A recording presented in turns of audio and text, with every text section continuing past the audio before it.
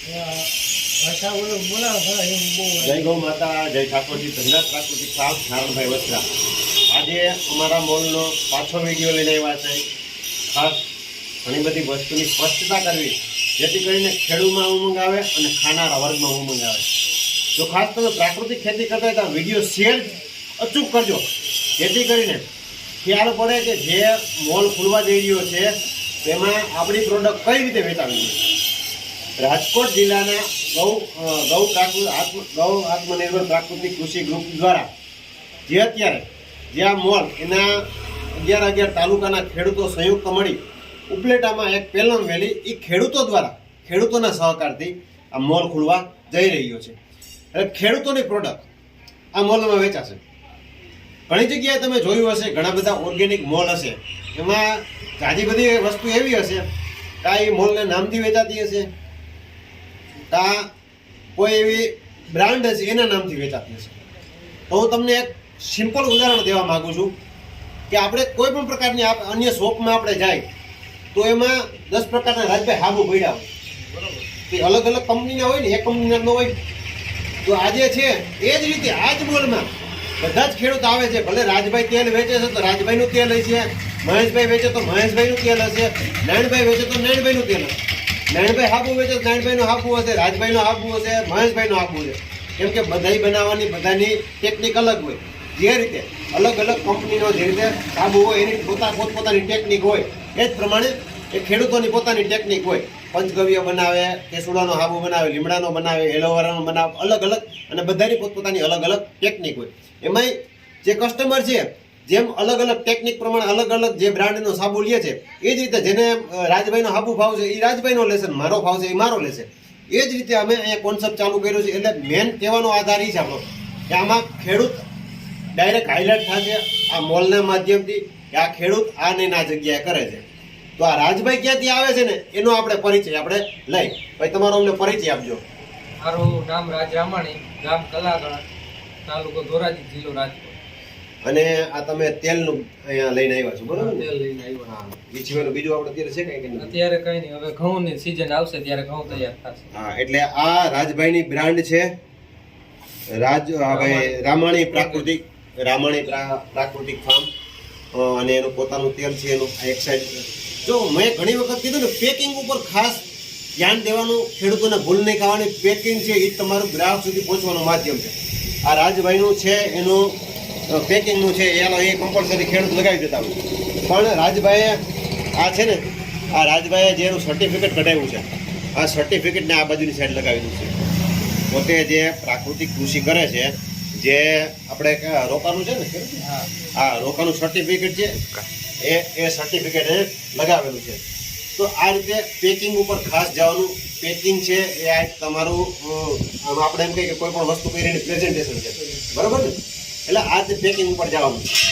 હવે એક વસ્તુ, આ અમારા ચટણી હજી તો તૈયાર નથી થઈ, પણ થોડીક સેમ્પલ પૂરતી તૈયાર કરીને લઈ આવ્યા છે. આ ચટણી આપણે મહેશભાઈ તમારી છે ને? મહેશભાઈ તમારો પરિચય આપી દો. મારું નામ મહેશભાઈ પરસોત્તમભાઈ ગઢિયા, ગામ રાજપીપળા, તાલુકો જામકંડોરણા, જિલ્લો રાજકોટ. વિશ્વાસ ઓર્ગેનિક ફાર્મ. આપણી પાસે કઈ કઈ પ્રોડક્ટ છે? મરચું પાવડર છે, કાતરી છે, કોથીમડાની કાતરી છે, કોથીમડાની કાતરી છે, અને રાઈ છે. રાઈ છે, આ રાઈ છે, અને આ ચટણી મરચું પાવડર છે. સેમ્પલ પૂરતું અટાણે લઈ આવ્યા છે. હવે બીજી એક વસ્તુ કહું કે લેબોરેટરી કરાવી લેવાની છૂટ.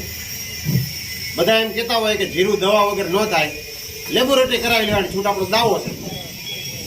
આ જીરાડી કહેવાય ને, જીરાડી છે 100% ખાતરીબંધ.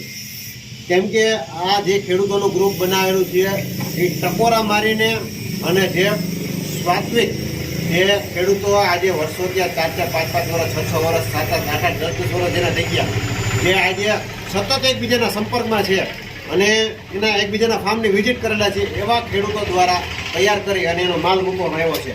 એટલે તેમ છતાંય તમારે રિપોર્ટ કરાવી લેવાની છો. રિપોર્ટમાં કાંઈ ફારફેર આવે, રિપોર્ટના પૈસા સાથે માલ પાછો. રિપોર્ટના પૈસા અમે આપી દઈશું, રિપોર્ટના પૈસા અને માલ તમારે માલના પૈસા તમને પાછા રિટર્ન. કેમ કે ઘણા બધાના મનમાં એવું હોય કે ન થાય તો અમારા ઘણા 2-4 ખેડૂત એવા છે જીરું વાવે છે અને કોઈ પણ પ્રકારની દવા છાંટા વગર પ્રાકૃતિક એવું નહીં કે ખાલી જીરામાં બધી વસ્તુ જ્યારથી ખેતરમાં ચાલુ કર્યું એ પછી દવાનું એક પંપ છાંટવાનું બધું બંધ. એટલે આ 11 તાલુકાના ખેડૂતો દ્વારા સંયુક્ત અહીંયા એક ઉપલેટામાં એના માર્ગદર્શન નીચે અહીંયા ઉપલેટામાં એક આપણે મોલ ચાલુ થઈ રહ્યો છે. કાલે જ ઓપનિંગ છે અને ઉપલેટાની આજુબાજુમાં નજીક હોય તો ઓપનિંગમાં સવારે પધારજો અને દિવસના ગમે ત્યારે વિઝિટ કરજો અને ઉપલેટા તમે ગમે ત્યારે આવતા હોય ત્યારે 100% વિઝિટ કરજો. કેમ કે અહીંયા અલગ અલગ ખેડૂતોનો બધાનો માલ મૂકેલો છે, કાલે આપણે બતાવ્યું હતું. અને ઘણી બધી વસ્તુ આપણે કહી છે કે જો તમે વાવ્યું હોય તમારે શેઢે પાડે હોય તોય થઈ શકે.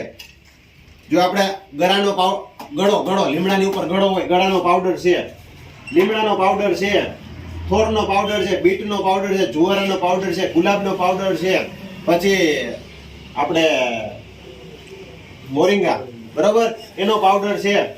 બધી વસ્તુનો ઘણી બધી મોરિંગા એટલે સરગવાની સિંગનો પણ પાવડર છે. અને પેકિંગ ઉપર ખાસ જવાનું ડ્રાયમાં, એટલે કે પાવડર ફોર્મમાં બધી જ વસ્તુઓ અત્યારે ડિમાન્ડ છે એટલે આપણે આ કરી શકીએ. સાબુની આપણે વાત કરતા હતા, જો સાબુ આપણે અહીંયા 2 અલગ અલગ છે, 2 બરોબર આમ છે તો આ પણ અલગ અલગ આપણે કેમ કહેતા હોય કે દુકાનમાં અલગ અલગ બ્રાન્ડના એટલે અલગ અલગ વ્યક્તિઓના છે. પછી ધૂપ સ્ટિક છે એ આપણે અલગ અલગ 2 વ્યક્તિની છે. જેને મજા આવશે, જેને રાજભાઈમાં મજા આવશે રાજભાઈ પાસે જાય, નૈણભાઈમાં મજા આવશે એટલે આ તો ઉદાહરણ પૂરતું. જેને જે બ્રાન્ડમાં મજા આવશે કે જે ભાઈ આમાં આપણે ઓલી વખતે આ ટ્રાય કરી એમાં મજા ન આવી ને આ વખતે આમાં ટ્રાય કરી તેમાં મજા આવી તો એમાં જશે. સાબુ આપણે દુકાનમાંથી લેવા જતા હોય પહેલા લેતા જ્યારે કેમિકલ, ત્યારે આપણે ધારો કે એક ઉદાહરણ તમને નામ દઉં કે ડવ લેતા હોય, ડવ નો મજા આવી ને પછી લક્ષ લેવાનું ચાલુ કર્યું બરાબર. તો એ જ રીતે આમાં બધા જ ખેડૂતોનો પોતાની બ્રાન્ડ પ્રમાણેનો માલ છે. હવે કસ્ટમરને સિલેક્ટ કરવાના છે કયા ખેડૂત સાથે આપણે સંકળાય અને કયા ખેડૂત સાથે આપણે આગળ વધવાનું છે. હજી થોડોક માલ હજી આવવાનો છે અત્યારે સાંજના સમયે, એ બધો અત્યારે મૂકવાનો છે. કાલની તારીખમાં ફૂલ વસ્તુ તમને દેખાઈ જાય. આવનારા સમયમાં 80 થી 90% ઘરમાં વપરાતી બધી વસ્તુ સવારથી ઉઠીને સાંજ સુધીને સવારના નેચરલી દાંતણ પણ અહીંથી મળી જાય આપણે. એટલે ખાસ કરીને અમારા મોલની મુલાકાત લેજો. અને ખેડૂતોને ખાસ કહેવાનું હોય કે પેકિંગ ઉપર જાજો, પેકિંગનું મહત્વ છે. ખાસ કહેવાનું હોય કે જ્યાં મિલેટ છે બરોબર, તો આ પેકિંગ છે ને વેક્યુમ પેકિંગ છે, વેક્યુમ પેકિંગ. આ પેકિંગને આપણે કઠોળમાં લઈ જવાના છે. કેમ કે ગૃહિણીની મોટામાં મોટી સમસ્યા હોય તો કઠોળ બગડી જાય છે બરોબર. તો આ પેકિંગ છે 250નું પેકિંગ કરીએ, 500નું પેકિંગ કરે, વેક્યુમ પેકિંગ કરી મગ ભર્યા, અડદ ભર્યા હોય, ગમે વસ્તુ ભરી હોય તો એને મહિનો દી પડ્યું છે ને તો એની ટેન્શન ન હોય. નકરી મગ અહીંથી લઈ જાય ને અઠવાડિયું ન થાય તો મટકા પડી જાય, એ મોટું ટેન્શન હોય. એટલે આ વેક્યુમ પેકિંગ હોય ને તો એને ટેન્શન ન હોય. એટલે આપણે માલ વેચવો, આપણા ભાવથી માલ વેચવો છે બરોબર. તો એ વેક્યુમ પેકિંગ કરેલો સારો માલ છે એટલે બજારમાં લેવા જાય ને તો અહીંયા લે તો અહીંથી વિચાર કરે સારું લેવું છે અને માલ ટકાવે છે. એટલે એ વસ્તુ ઉપર ખાસ ફોકસ કરવાનું છે. એટલે પેકિંગ એ આપણું સારું હોવું જોઈએ જેથી કરીને ગ્રાહક છે, ગ્રાહકને એમાં અસંતુષ્ટિ ન થાય. પ્રાકૃતિક વસ્તુ આપણી છે એટલે એમાં મીઠાશ વધારે હોય, એના કારણે થઈ એમાં મટકા પડે, ધનેડા પડે, આ બધી જ વસ્તુઓની સમસ્યાનો બહુ મોટી સમસ્યા છે, એનો આપણે નિકાલ કરી શકીએ. તો ચાલો નવા અપડેટ સાથે મળશું. જય ગૌ માતા.